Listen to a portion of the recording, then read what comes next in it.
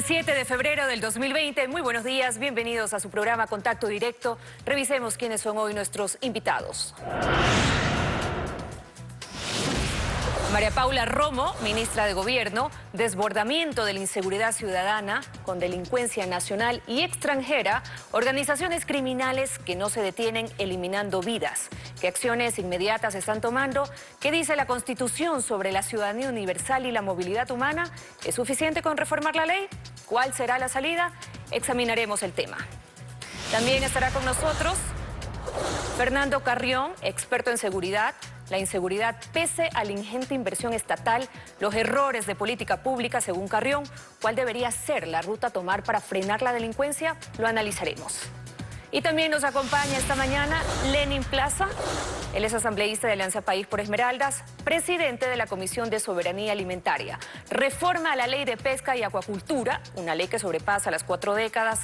Plaza es ponente del proyecto de reforma. ¿Cuál es la propuesta para un sector que genera el 37% de las exportaciones no petroleras del país? Lo vamos a revisar. El tribunal del caso Sobornos, en el que está procesado el expresidente Rafael Correa, fue notificado con la respuesta de Interpol Washington, informando a Ecuador que el exministro Walter Solís fue ubicado en los Estados Unidos y tiene estatus legal regular. Los jueces también recibieron pedidos de varios testigos previo a la audiencia de juzgamiento programada para el lunes.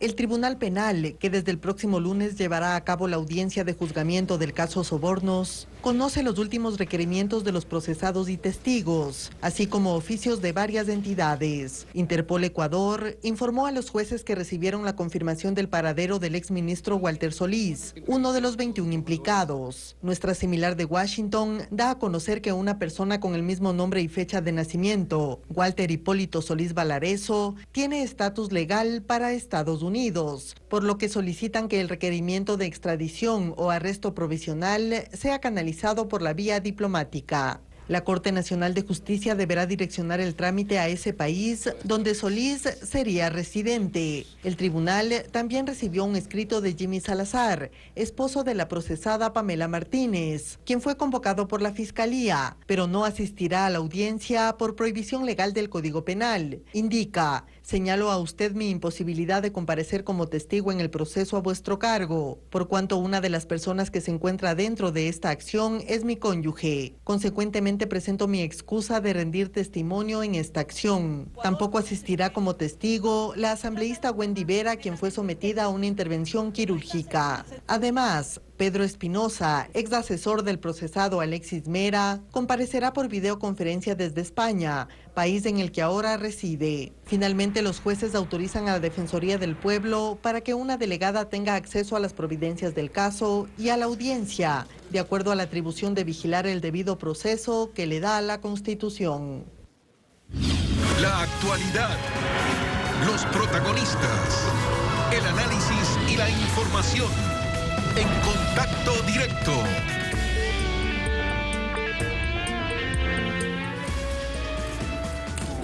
Lenin, ¿qué tal? Buenos días. Hola Denise, buenos días a todos quienes nos acompañan. Controlar la migración irregular en tiempos de globalización y mundialización es una obligación de los estados. Las estrategias apuntan a asegurar que las normas en materia de migración de ninguna manera afecten la seguridad nacional, ya sea en términos políticos, económicos, sociales u otro indicador social de la convivencia interna. Y aquí es donde aparecen dos posturas: la de quienes propugnan el hacer todo para mantener la seguridad común, cooperativa, colectiva, comprensiva, y la de aquellos que sostienen que la adopción de ciertas medidas alientan la xenofobia, la persecución, signos discriminadores, así como el desarrollo de imaginarios racistas, pero también que las percepciones de seguridad atentan contra los derechos humanos de los migrantes y tensionan las políticas del sistema internacional. María Paula Romo, ministra de Gobierno, nos acompaña en Contacto Directo. Ministra, buenos días. Buenos días, Lenin. ¿Cuáles son las reformas que plantea el gobierno a la ley de movilidad y cómo evitar caer en estos aspectos que hemos señalado? Permítame precisamente referirme a la introducción que usted ha hecho. Es importante no asociar directamente el tema de seguridad con el tema de la presencia de extranjeros, por ejemplo, en el territorio nacional. Pero creo que el tema de seguridad sí se tiene que relacionar con orden, con control y con cumplir las reglas. La mayor cantidad de delitos en el Ecuador es cometido por ecuatorianos, porque la mayor cantidad de personas que vivimos aquí tenemos esa nacionalidad. Pero sin lugar a dudas, cuando se dan procesos que no tienen regulación o control, y con esto me puedo referir o a un proceso migratorio irregular, o a falta de control de ventas ambulantes, o a falta de control de horarios de establecimientos que venden bebidas alcohólicas, por ejemplo, cuando hay falta de control, existe ahí el caldo de cultivo, existen ahí las condiciones para problemas de seguridad, desde los más pequeños hasta los más graves. La migración es uno de los fenómenos que requiere regulación y control. Bien lo ha dicho usted, en un mundo globalizado, hiperconectado, pero además en fronteras como las que tiene nuestro país, por supuesto que es imposible llegar a decir que tenemos un control total o llegar a decir que podríamos simplemente de un día para el otro cerrar las fronteras. Ese no es el propósito, pero sí necesitamos regulación y control. El tema de la ciudadanía universal como principio no es el problema, son las reglas migratorias el problema. Por cierto, el requisito de visa para todos los países del mundo se retiró antes de que esté vigente la Constitución. Así que no debería ser la Constitución un problema, son las regulaciones y las reglas como se interpreten esos principios de derechos, que es correcto. Por supuesto, todos los ciudadanos tenemos derechos, pero eso no le impide al Estado ejercer controles. ¿Qué es lo que estamos haciendo y cuáles son las reformas a la Ley de Movilidad Humana? Primero, desde el inicio del gobierno se ha implementado una política de requerir visas a determinados países con los que el Ecuador identifica flujos migratorios irregulares. Estos países están alrededor de 30, los que se han incluido desde el inicio del gobierno del presidente Moreno, y precisamente hemos identificado temas irregulares o se abrió el Ecuador como una ventana incluso para el tráfico de personas, con personas llegando de África, por ejemplo, de otros continentes, convirtiendo al Ecuador en su puerta de entrada hacia otros países del continente americano. ¿Qué proponemos en la Ley de Movilidad Humana? La reforma del capítulo que se refiere a UNASUR, porque el Ecuador ya no hace parte de UNASUR y porque además ese capítulo le da condiciones especiales a los ciudadanos de los países de ese organismo, y que eso no es consecuente con la imposición de visa a los ciudadanos venezolanos, que es el requisito que el gobierno ha impuesto. Pero también algunas otras herramientas para inadmitir ciudadanos extranjeros si se dan ciertas circunstancias, lo podemos comentar ahora, sí, y para poder realizar sus deportaciones. Y están proponiendo ustedes que extranjero que haya cometido cometido contravenciones en el país deba abandonarlo, y yo quiero preguntarle sobre esto en particular, porque eso significaría, leyéndolo así por encima, que una citación de tránsito sería suficiente para deportar a alguien. No necesariamente, por eso hay que discutir la ley, porque hay contravenciones de diferente tipo. Hay contravenciones de distinto tipo, hay que discutir en qué condiciones se aplicaría una deportación. Por supuesto, una contravención menor no puede ser tratada de la misma manera que un delito, pero hoy nada nos permite deportar.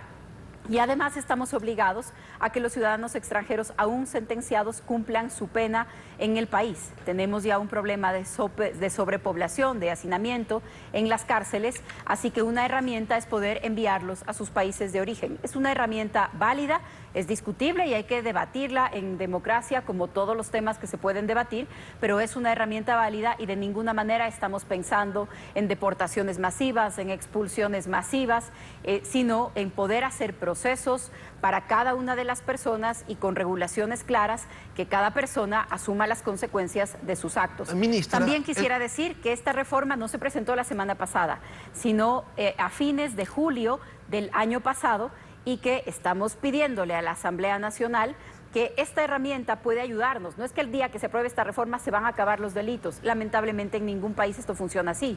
Pero hay herramientas que nos pueden ayudar. Y en noviembre del año 2018 se presentó el proyecto de Código de Seguridad del Estado, que tiene un capítulo sobre defensa, uno sobre seguridad, uno sobre riesgos y uno sobre inteligencia. Esto, por ejemplo, es lo que nos va a permitir tener un mejor trabajo con delincuencia organizada, un mejor trabajo de inteligencia, que no es solamente responder a ciertos acontecimientos delictivos y que no es solamente patrullaje. Eso resulta Ministra, insuficiente para las estructuras organizadas. El gobierno apunta a asirse de las deportaciones porque no se puede hacer mayor cosa para evitar o controlar los ingresos. Se lo pregunto en función del artículo 40 de la Constitución, que aunque usted dice que no tiene nada que ver, señala que no se va a considerar a ningún migrante como ilegal.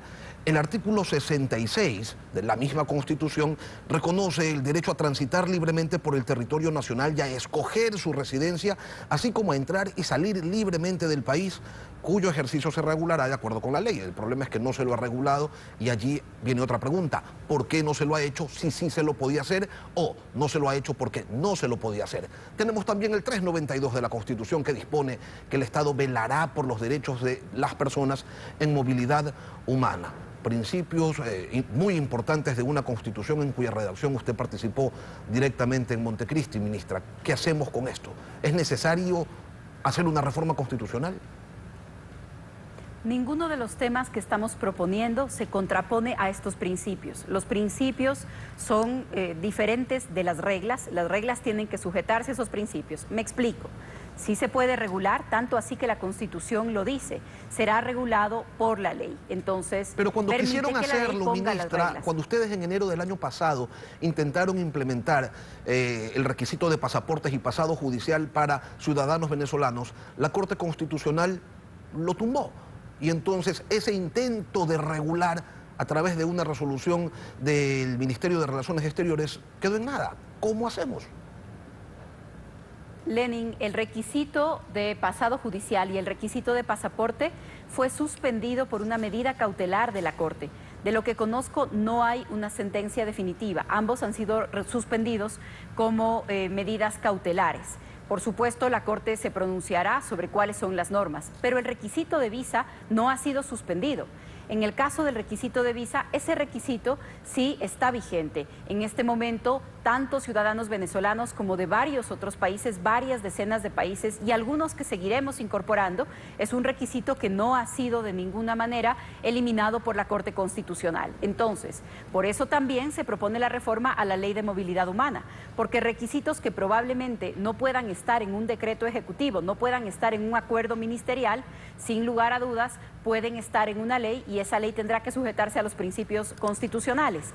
Permítame, porque usted se refirió a 3 artículos de la Constitución vigente, profundizar un poco más en este tema. Las reglas tienen que estar escritas en la ley y tienen que ser reglas que se ajusten al sistema. La libre movilidad no se refiere solamente al tema migratorio, se refiere a la circulación en el país y a la posibilidad que ésta tiene inclusive de ser suspendida. Tanto que es uno de los derechos que puede ser suspendido a través de estado de excepción y se relaciona con el toque de queda. El toque de queda dice se suspende la posibilidad de que los ciudadanos se movilicen libremente o en determinado territorio o en determinado horario. Entonces, es compatible con la Constitución hacer una suspensión de ese derecho. No nos estamos refiriendo a un tema migratorio, la libre movilidad no debe ser entendida exclusivamente así. Y luego, velar por las personas que se encuentran en situación de movilidad. Esto no significa que no se puedan aplicar reglas y no significa que no deban tener consecuencias si es que infringen la ley.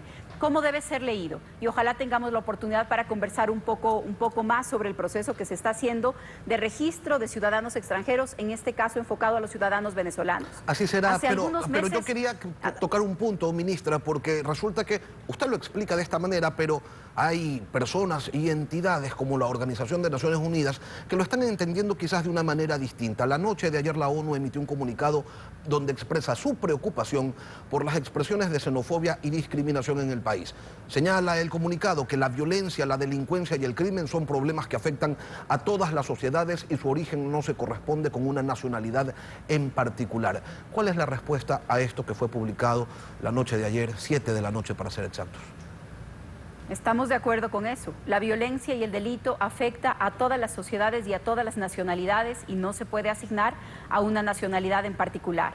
Cuando un país recibe un flujo migratorio inesperado en 3 años de 1.200.000 personas como ha sucedido con Colombia, cuando recibe 800.000 personas como ha sucedido con Perú o alrededor de 450.000, como calculamos es la cifra, incluido lo que está fuera de la norma en el caso ecuatoriano, sin duda muchas condiciones cambian en ese país. Eso pone presiones sobre servicios públicos, sobre el mercado laboral, y cuando estas personas vienen huyendo de una situación de crisis, aumenta la cantidad de personas que viven en condición de calle, que están en una situación de extrema necesidad. Eso cambia el panorama de cómo se vive en las ciudades, sin lugar a dudas. ¿Tiene esto que ver con la nacionalidad de las personas? No, pero 500.000 personas modifican todas las tasas, modifican la realidad, no solamente los números. Esto es innegable y hay que poner un límite para que no se convierta en un acto de xenofobia. Dentro de esas tasas modificadas esta discusión. Dentro de esas tasas modificadas está la tasa de muertes violentas que pasó de 5.8 a 6.3 por cada 100.000 habitantes, ministra.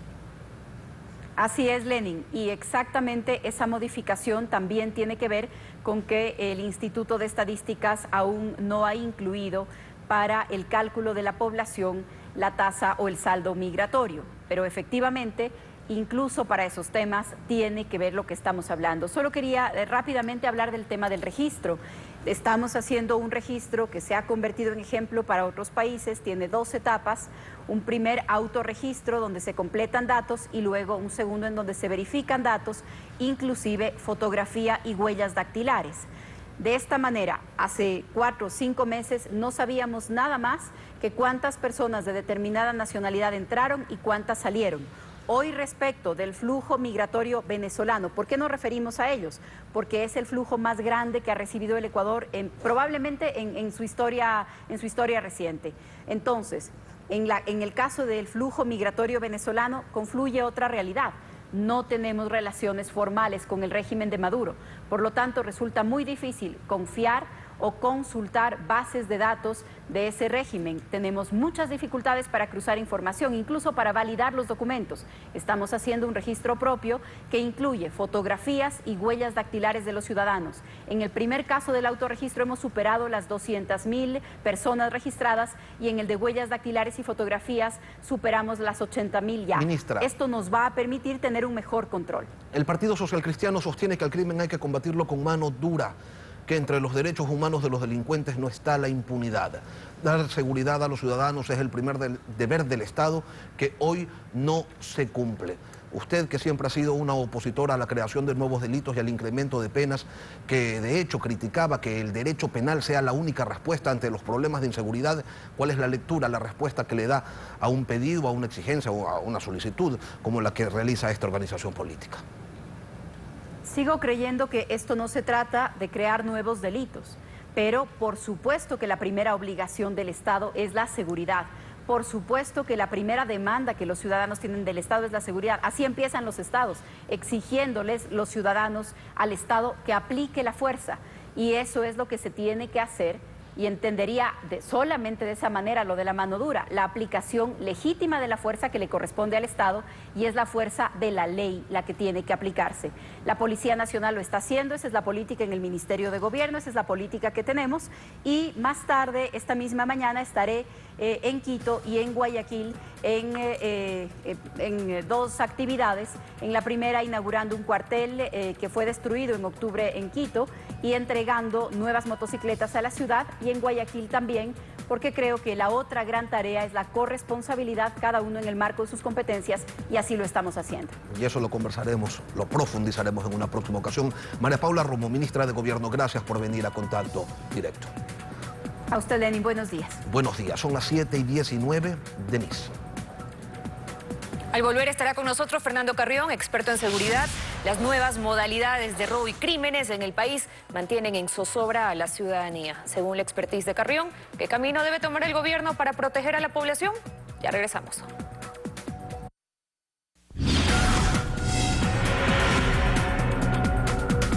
Nuevas violencias urbanas han tomado forma y han sentado raíces en las ciudades más grandes del país, pero no se han quedado allí únicamente, sino que se han ido extendiendo hasta copar prácticamente todo el territorio nacional. Durante la década pasada se nos dijo que los índices habían decrecido, los índices de inseguridad, y que esta era apenas una percepción que no encontraba asidero en las cifras oficiales que se exhibían sábado de por medio desde cualquier tarima. Hoy las muertes violentas crecen y desde la academia, desde la rigurosa investigación social, ¿cuáles son las razones, los motivos que se identifican para este incremento? Se lo preguntamos a Fernando Carrión. Buenos días, bienvenido a Contacto Directo. Buenos días, Lenin. Muchísimas gracias por la invitación. Sí, lo que estamos viendo en el país es un incremento de las tasas de homicidios, que es la variable con la que generalmente se mide estos fenómenos de violencia en todo el país. Lo que se nota claramente es que en las zonas portuarias, por ejemplo, Manta, Guayaquil, Esmeraldas, tienen prevalencia, y no solo prevalencia en términos de la cantidad, sino también en términos de la violencia. Son en general asesinatos, mientras en la sierra son homicidios. Por otro lado, en la frontera norte, con excepción del Carchi, también tenemos el mismo fenómeno, una cantidad de asesinatos por encima de lo que nosotros teníamos previsto. Esto da por resultado que en general en el país este momento tenemos un incremento del 17% de las tasas entre el año 2018 y el 2019, que da la impresión que ya va adoptando un fenómeno más bien de carácter estructural. La ministra de Gobierno decía hace unos momentos que la migración tiene algo o mucho que ver con la modificación de estas tasas. ¿Cuál es la lectura que tiene usted? A ver, de las fuentes de información oficiales, esto es la propia policía, lo que nosotros tenemos es que un 2% de los homicidios que se han cometido en el país han sido realizados por venezolanos, es decir, una cantidad más bien relativamente baja. El 6% ha sido cometido por extranjeros. ¿Qué es lo que tenemos? Por ejemplo, los homicidios se cometen en el 46% por armas. En el país este rato estamos discutiendo una ley de movilidad humana y no estamos discutiendo, por ejemplo, el porte de armas. Este muchacho venezolano que cometió este horrendo crimen en Quito frente a un centro comercial, si no hubiera tenido armas no hubiera podido cometer este hecho delincuencial. Yo creo que tenemos que empezar a ubicar realmente en las causas de la violencia las políticas que deberían implementarse. En el país hubo inversiones de cientos de millones de dólares en personal uniformado, armas, vehículos. El sistema integrado ECU 911, ¿qué pasó? Que lo que en un momento parecía estar funcionando, de repente aparece superado ampliamente por la actividad delictiva. Lo que podríamos decir, Lenin, es que hasta fines del siglo pasado, es decir, hace 20 años, era suficiente con el sistema penal, esto es la policía, la cárcel y la justicia. Pero a partir de este siglo eso ya no ha sido suficiente. Hoy día tenemos la cooperación internacional que no trabajaba estos temas, que está absolutamente metida en el tratamiento de la violencia. Están prácticamente todos los ministerios, por ejemplo, el ministerio los ministerios del Frente Social, está el área de Economía, está hoy día el Ministerio de Gobierno, etcétera. Pero también, por ejemplo, en estos días hemos tenido la firma con 123, una firma de un convenio con 123 municipios, a los cuales deben sumarse Guayaquil y Quito, que también están en esto. En otras palabras, tenemos un marco institucional con un conjunto de organizaciones públicas, pero también privadas que tienen que ver con esto. Se ha multiplicado, tal como usted señala, los presupuestos para enfrentar esta situación, y la impresión que da es que tantas instituciones y tantos recursos no nos están dando los resultados porque probablemente las políticas que se están desarrollando no son las mejores. A propósito de marcos institucionales, usted advirtió en su momento que era un error fusionar la Secretaría de la Política con el Ministerio de Gobierno, porque entonces, en lugar de dedicarse a la seguridad ciudadana, el funcionario de turno estaría más ocupado en asuntos políticos. ¿Cree usted que eso es lo que ha pasado con María Paula Romo? Yo creo que de todas maneras tener dos responsabilidades tan fuertes como la política y en este momento mucho más, hace que se distraigan obviamente las responsabilidades. Pero no solo eso, también se eliminó el Ministerio de Justicia, que era el que se encargaba del tema de las cárceles. Hoy día el sistema carcelario vive una crisis pero profunda. El 47% tiene una densidad que sobrepasa los límites establecidos.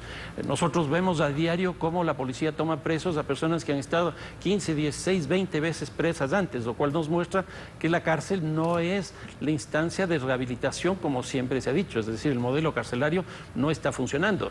Yo creo que ese tipo de cosas todavía no se están enfrentando de la manera correcta, y la recurrencia en los hechos delictivos por parte de estos delincuentes nos muestra claramente esa situación. La Constitución dice que es deber del Estado el garantizarle a los ciudadanos seguridad integral. Yo le pregunto, con una docena de modificaciones a la ley de movilidad se le va a garantizar seguridad integral a la ciudadanía? A mí me parece que no. Nosotros tuvimos justamente hace un año el horrendo crimen de Diana, una muchacha que estaba embarazada en Ibarra y que fue asesinada por un venezolano. ¿Qué es lo que ocurrió? Se lanzaron también una serie de medidas para contrarrestar la presencia de venezolanos y lo que generó fue una gran oleada en Ibarra que generó violencia pues incontenible. A mí me da la impresión que eso está pasando ahora en el país, tan es así que Naciones Unidas ha tenido que salir, como ustedes acaban de reseñarlo, a decir que la xenofobia es uno de los problemas más complicados que existe y que eso genera violencia. Ahora, aquí hay una cosa adicional, no es solo la xenofobia, sino más bien la aporofobia, una palabra complicada, pero la aporofobia es más bien una fobia a la pobreza. Si estuvieran llegando migrantes venezolanos con altos recursos económicos, como ocurrió en la primera oleada de venezolanos a partir de principios de este siglo hacia los Estados Unidos, pues la cosa sería muy distinta, serían bien recibidos porque llegarían con capital. El problema es que están llegando venezolanos en una condición de pobreza, en una condición de situación francamente infrahumana, que genera presiones al sistema escolar, al sistema de salud y al empleo también. Y esto genera ese rechazo que estamos viviendo este rato en la ciudad de Quito. La violencia no es un problema, es una relación social, planteaba usted hace algunos años en una de sus tantas publicaciones sobre temas de inseguridad. ¿Qué es entonces lo que nos está diciendo esta relación social que vive el Ecuador hoy en día? Que hay muchos conflictos, el delito se produce socialmente, en otras palabras que hay actores del un lado y actores del otro lado. Por ejemplo, la violencia juvenil, lo que tenemos son jóvenes que están en un contexto donde se ha erosionado la familia, se ha erosionado el trabajo, entonces no tienen instancias de socialización. El caso de la violencia de género es un problema también de las asimetrías de poder. En otras palabras, hay unas relaciones que están funcionando de forma absolutamente inequitativa. ¿Qué es lo que estamos viviendo este rato en el país? Un incremento insostenible prácticamente del desempleo y un incremento del subempleo. En esos espacios, obviamente que hay la posibilidad de que se construya la violencia estructural, que eso es lo que nosotros estamos viviendo. Y a eso quizás debamos sumarle también la corrupción, pero cuando pensamos en las soluciones, unos dicen que los militares salgan a las calles, otros sanciones penales más duras, otros deportaciones, pero ¿son esas las respuestas efectivas que tiene que darle el ciudadano, que tiene que darle el Estado a una ciudadanía que empieza a pasar fácilmente del temor al hartazgo? Aquí, Lenín, lo que sí se me viene a la cabeza con la pregunta es el proceso electoral que ya se avecina. Ya tenemos la fecha en febrero de las próximas elecciones y me da la impresión que el principal elector este rato, en este año, va a ser la violencia. Y yo creo que ahí las ofertas van a ser justamente de mano dura porque eso es lo que demanda la población, es lo que demanda la víctima. Pero ¿qué es lo que ha acontecido? Conozco muchos casos de Centroamérica donde las tasas de homicidios se fueron para arriba y se ofreció mano dura. ¿Qué es lo que ocurrió? Siguió creciendo la violencia. Salió las Fuerzas Armadas a la calle, se incrementaron las penas, esta cosa que se llama el populismo penal, pero en la práctica la violencia no se detuvo. Y me parece que estas elecciones que se vienen, ese va a ser el gran ofrecimiento, mano dura, y eso me preocupa profundamente. Fernando Carrión, catedrático, experto en temas de seguridad. Gracias por venir esta mañana a Contacto Directo. No, muchísimas gracias a ustedes. Son las 7:31. Denise.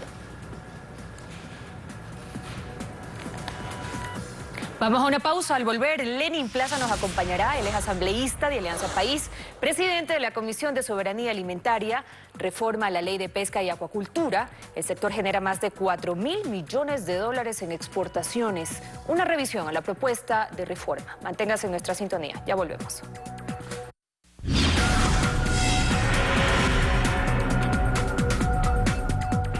Pese a tener una ley que cumple casi 50 años, pese a eso, la pesca y la acuacultura se han desarrollado de tal manera en el país que generan exportaciones por 4.800 millones de dólares, el 37% de las exportaciones no petroleras del país. ¿Qué sería de este sector con una ley adecuada a los tiempos que se viven, con una norma que contribuya, que no obstaculice, que facilite, que incentive?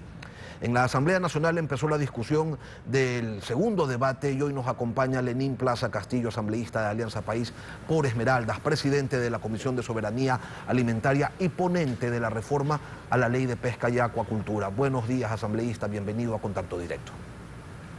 Buenos días, Lenin. Es un placer nuevamente estar con ustedes y con sus televidentes. ¿Qué es lo que esta reforma, qué es lo que está actualizando, qué es lo que está incorporando, por qué es necesaria? Bueno, es necesaria, como usted lo decía en la introducción, porque desde 1974 tenemos una ley hasta cierto punto caduca y que la hemos llamado moribunda, que no ha estado respondiendo a las actividades más importantes que se generan no solo a nivel nacional, sino a nivel internacional. Es más, hay que poner como antecedente que siendo que nuestro principal comprador del producto es la Unión Europea, nos ha puesto una tarjeta amarilla, por eso se están dando algunas innovaciones que en este caso sobre todo tienen que ver con el combate a la pesca ilegal y otros aspectos tan importantes que permitirá que actualicemos un marco jurídico ya desactualizado. Se están creando además nuevas instancias que se supone no van a ser más burocracia, sino que son instancias técnicas necesarias para la regulación de un sector que hoy no está contemplado en la ley, por ejemplo, el sector camaronero, y que se maneja en base a la fragilidad de las resoluciones ministeriales que cambian según el viento. Así es, el tema de la acuicultura ha sido muy importante, es la primera vez que una ley se refiere a ello y por supuesto ahí enmarca sectores tan importantes que antes no eran tomados en cuenta, pero sobre todo el tema de combatir la pesca ilegal, que es una de las situaciones que nos ha venido afectando y que es una de las exigencias internacionales, nos ayudará muchísimo a poner al país a nivel internacional a tono de estas exigencias, pero sobre todo queremos incluir allí a todo el sector pesquero que, como usted dijo, genera una actividad de cerca del 5% del Producto Interno Bruto y alrededor de $5.000 millones para los ingresos del Estado. Esto hay que precautelarlo, hay que fortalecerlo y esta es una muy buena oportunidad porque de paso hay que decir, hay un buen ambiente en la Asamblea Nacional, nos hemos reunido con todos los sectores que tienen que ver y con el sector legislativo y por tanto es una muy buena oportunidad para mejorar un aspecto tan importante para el país. Pero, a ver, usted dice, estamos reconociendo a todos los sectores pesqueros, pero resulta que hay un sector pesquero que se llama otras pesquerías, o 7 pesquerías, reconocido por el gobierno, porque a través del decreto 500 les focalizaron el diésel, que no aparece por ningún lado en esta ley. Y al no contemplarlos particularmente, a estas pequeñas pesquerías se las va a terminar incorporando al sector industrial y hay una gran diferencia entre unos y otros. Bueno, aquí es importante decir que la ley contempla que el órgano o el organismo rector pueda a futuro hacer un censo y una recategorización después para que se pueda de alguna manera ir acogiendo algunos aspectos como los que usted se refiere y que este momento se sienten que no están siendo involucrados en la ley. Después, más adelante, se podrá ir tomando en cuenta estos aspectos a los que nos estamos refiriendo. ¿Pero por qué más adelante? ¿Por qué no ahora que están haciendo las reformas? Porque se tendrá que hacer un censo respectivo. Incluso en la parte del sector de la pesca artesanal hay algunos que dicen, y me parece interesante, que el mundo se va actualizando, el mundo se va modernizando y la pesca artesanal también tiene que ir recibiendo otros incentivos tan importantes para poder realizar sus actividades. Pero una cosa es hacer un censo y otra cosa es que no exista la categoría, porque si ustedes hacen un censo y descubren que estos barcos no pueden estar en la categoría de pesca industrial, pero tampoco son artesanales, entonces quedan en el limbo y aquí se acostumbra a reformar la ley de pesca cada 50 años. Es que no se trata de que se va a reformar la ley, sino que el órgano rector va a ir determinando estos sectores en base al censo. Por eso estamos hablando de una categorización, estamos hablando incluso en la ley de investigación. Las investigaciones son las que nos permitirán a nosotros ir superando estos problemas y están puestos en la ley para que se los corrija lo más pronto posible. Usted hacía referencia a la tarjeta amarilla que la Unión Europea le sacó al país porque necesita ese bloque económico que se garantice que las exportaciones que llegan no provienen de la pesca ilegal. ¿Con qué reforma se va a garantizar aquello en particular? Bueno, sobre todo lo que se busca en este aspecto es el combate a la pesca ilegal.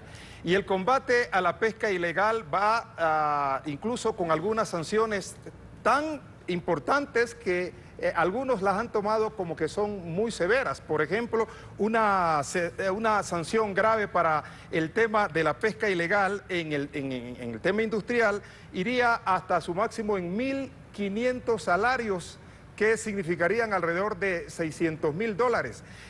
Y contempla también el decomiso de la pesca, contempla sanciones como incluso hablando de sanciones, poder incluso detener a los barcos respectivos y a sus tripulantes. Es decir, tratamos de ser severos en el tema de la pesca ilegal para que este marco jurídico le dé a nivel internacional una muestra de que nosotros estamos atentos a que esto se corrija y que ha sido una de las acciones por las cuales tenemos una tarjeta amarilla y el marco jurídico tiene que responder a eso. Y qué bueno que se lo esté reformando, porque aquí hay un asunto del que no podemos desentendernos. La flota pesquera ecuatoriana captura una cantidad de toneladas, pero resulta que lo que se exporta es más de lo que se captura. Entonces, ¿de dónde sale esa pesca si no es pesca ilegal? Usted coincidirá conmigo, asambleísta, en que por muy rentable y generadora de divisas y empleos que sea una actividad, no por ello se le va a solapar irregularidad alguna. Así es, esto es importante porque nosotros lo que queremos es que el Ecuador se muestre como debe ser el combate a la pesca ilegal, y también la ley contempla el tema de la trazabilidad, una vigilancia permanente del proceso que se da en la pesca. Por ejemplo, uno de los asambleístas en el segundo debate puso algo que nos pareció muy importante en este tema de la trazabilidad, que el Estado ecuatoriano o el gobierno nacional pueda implementar un software al que se pueda ingresar libremente y mirar este proceso, como quien dice, para poner hasta cierto punto la credibilidad y la transparencia que permita que nosotros podamos exportar la pesca que nosotros tenemos como país y que no se nos vaya a introducir algo que viene de otros sectores. Asambleísta, ¿qué pasó? Porque el segundo debate se estaba desarrollando el martes, se suspendió. ¿Por qué? Bueno, no es interesante. Por el número de asambleístas que intervienen.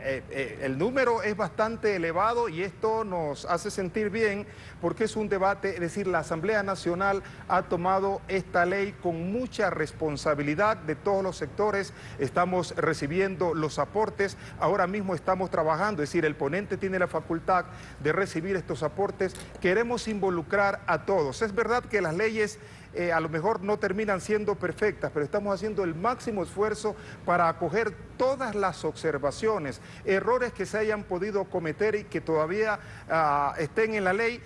Queremos corregirlos para que saquemos la mejor ley posible y valga decir esto que hemos tomado en la Asamblea, que queremos que la ley sea como el sol que brilla para todos y la lluvia que nos moje a todos, que nadie se sienta ni fuera de la ley, pero que tampoco ningún sector se sienta dueño de la ley, que sea una ley que responda a los intereses del Ecuador.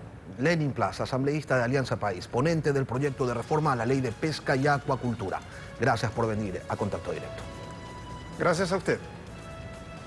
Son las 7:44, Denise. Nuestros televidentes que tengan un excelente viernes. Y que tengan también un buen fin de semana. Nos vemos.